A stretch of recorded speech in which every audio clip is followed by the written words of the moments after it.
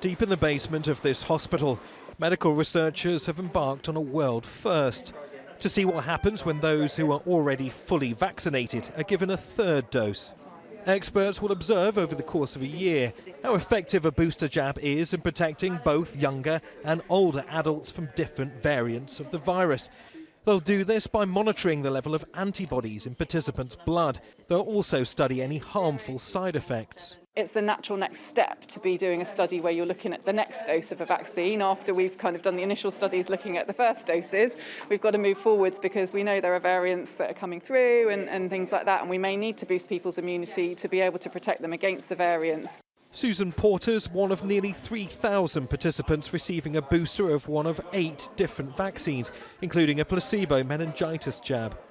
As a frontline worker in charge of a dementia care home, she was one of the first people in the UK to be fully vaccinated. The 8 vaccines in this trial are the Oxford-AstraZeneca vaccine, Pfizer.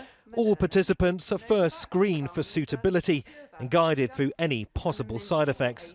It's been quite difficult to manage everybody's expectations and keep people safe and preserve the mental health of my residents. That impact is massive, and it's going to be massive going forward unless we find a solution. This is the coalface of COVID-19 research. The data gathered carefully and methodically by these researchers will eventually inform decision makers around the world. The trial's so sensitive we cannot film doses being administered in case participants find out which one they've received. While scientists here are considering third doses, millions of people around the world haven't received a single one.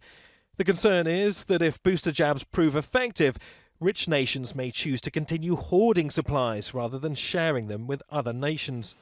My hope is that there will be enough doses to go round, certainly by the end of this year and into next year. It could be that COVID vaccines last a lot longer than we think, and that some people might not need a booster straight away or so soon, or it could be that because of the variant virus, we all need much higher immunity than initially had been produced by our first 2 doses. The vaccines are being trialled at 18 sites across the UK, with half doses also being tested.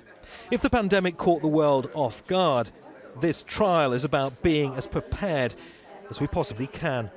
Neave, Al Jazeera, Southampton.